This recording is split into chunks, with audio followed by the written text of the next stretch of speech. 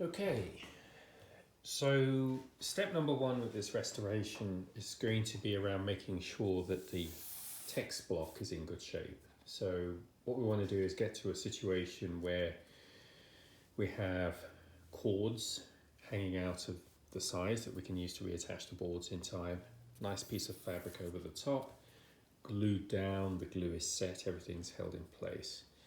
One thing, a big lesson learned from the restoration of this volume, which involved the sort of construction of the text block, was this kind of leather, sort of red rot leather deposit that we've got here has to be removed completely. If you don't remove it, what happens is the glue sort of mixes with this sort of red powder, and then in effect as the glue starts to advance down into the text block, which of course is something you want because that helps adhere the text block, in effect you create a massive chromatography experiment with this sort of dye, sort of this sort of brown dye sort of starting to advance downward, and we certainly don't want that to happen. So what I've been doing is just sort of gently scraping away the leather. Now there were these raised, sort of false raised bands. I say false because they didn't lead anywhere. They weren't connected to the boards or anything else. They're not part of the structure of the book. But they were just sort of held in there as decorative, and the leather that was over them has long since worn off, so I just peeled them straight off. Which is kind of nice because it then gives me a little bit of access to each compartment with this blade, so I can sort of attack the leather from the side. You see, that's the sort of stuff I want to get from. So our objective is to get back to this kind of surface where everything's glued together, but we've actually removed the leather residue. So down here at the bottom, for example, you can see some of the sort of leather glue kind of mix. That needs to all come off.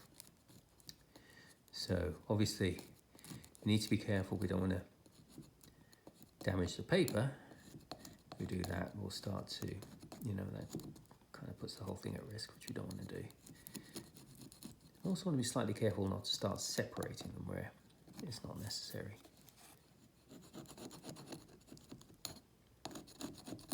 So I'm going to be slowly going away at this. What we're going to find is there are some here, and actually it's well buried, but there's another one under there. They're in effect trenches where there would once have been some threads. You can kind of see the same at the top here, here and here.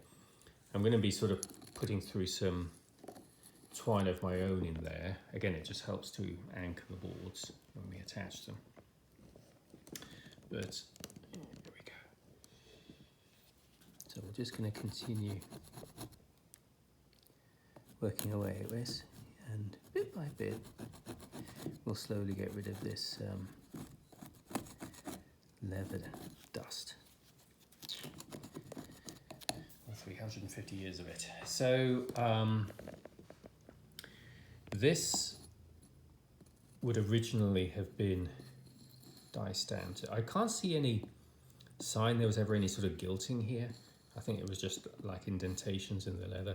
This whole thing is way too vulnerable to attempt to separate, to be honest. It's going to fall apart almost immediately. So this will be getting sacrificed. And I think what we'll do is when we choose the new leather, we'll have a think about exactly how we can do a label as well. But anyway, I've got quite a bit of scraping to go on here. So this will probably take the next hour or so. So I'll continue with this. Okay, making some good progress here. You can probably make out these sort of piles of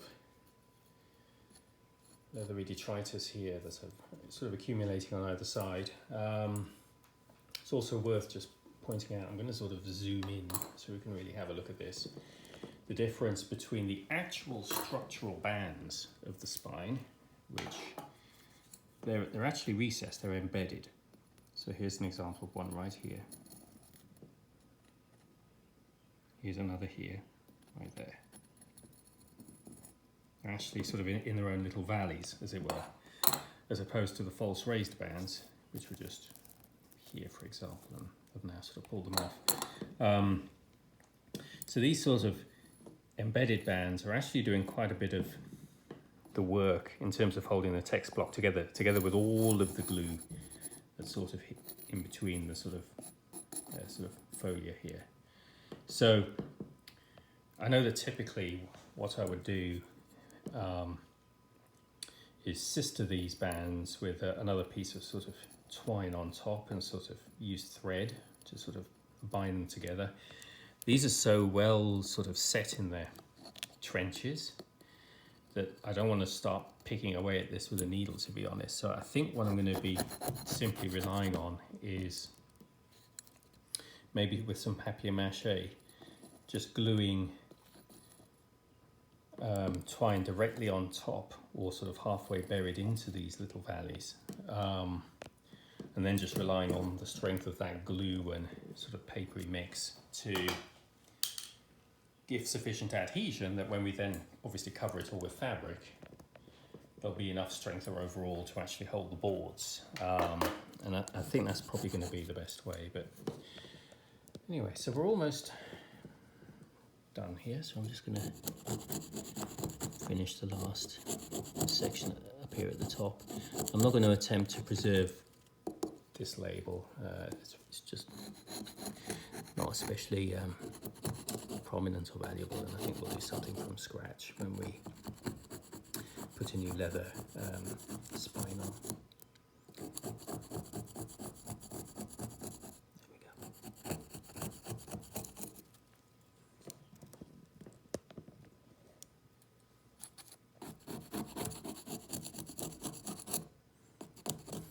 Something tells me the top of this book may have been involved in a little fire, you know. That looks actually charred. Maybe a candle or something. Let's get rid of my other book here, don't I, getting damaged? Yeah, that, if I didn't know better, I'd say that was almost burnt on.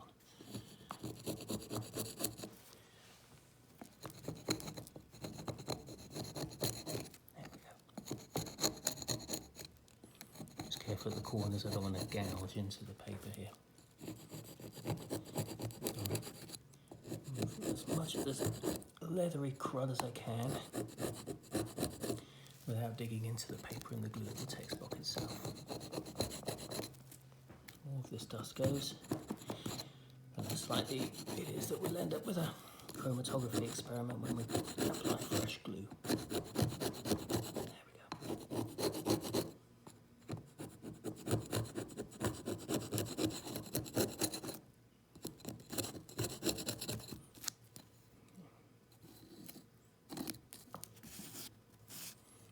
Okay, I'm going to be slightly careful here. I may actually use a different tool just to pick away at this last bit, because that, I think that's been carbonised. Oops.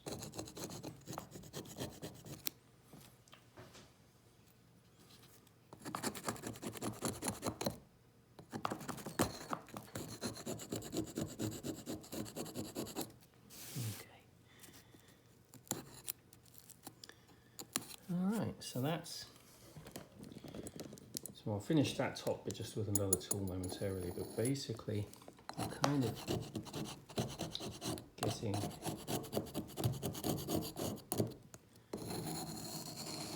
where we want to, which is this nice surface.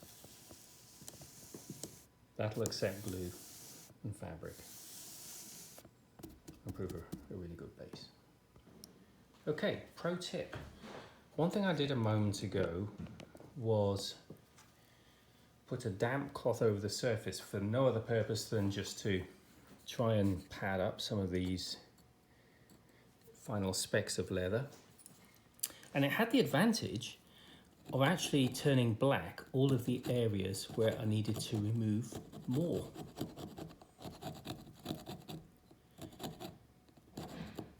which is a complete accident, but really fortuitous, because it means I can now really concentrate in on the areas where there's just remaining gunk.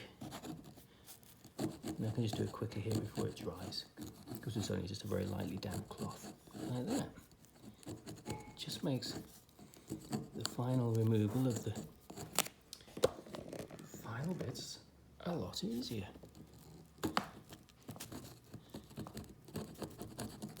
Which is like so.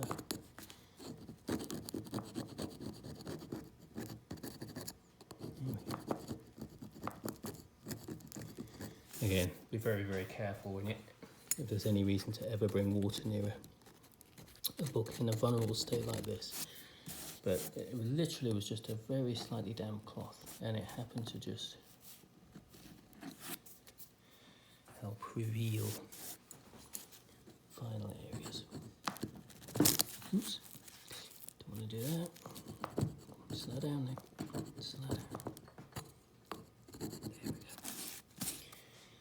Okay, let's back away. Okay, that's about there. So I'm going to vacuum this lot up before I get in trouble. And then we'll start the process of putting some new raised bands of papier-mâché in, and then some fabric. Okay, so what I did last night was, in the end I sort of put on 7 bands, even though there were 9 sort of trenches available. I thought that, you know, having 3 together like this would have been overkill. So I used the clear glue and just put a real dollop on this. So basically this is dried now. This is a very solid surface, so this text block is very well bound. And they're held in place simply by the force of the glue and the papier-mâché, as you can see here. I didn't attempt to sew them in to the sort of recessed bands that are already sort of in there. I think I'd do too much damage if I did that. So this is now dried, and I'm going to put the fabric on and bring the bands through, like I've done here at the top.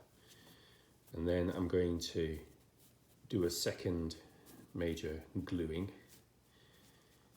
and then leave this to dry. And then that basically will be the text block ready for the application of whatever we decide to do with the boards. So the boards is really going to be the main area of interest and learning, I think, in this playlist. But this will basically mean that the text block itself is sort of ready to go.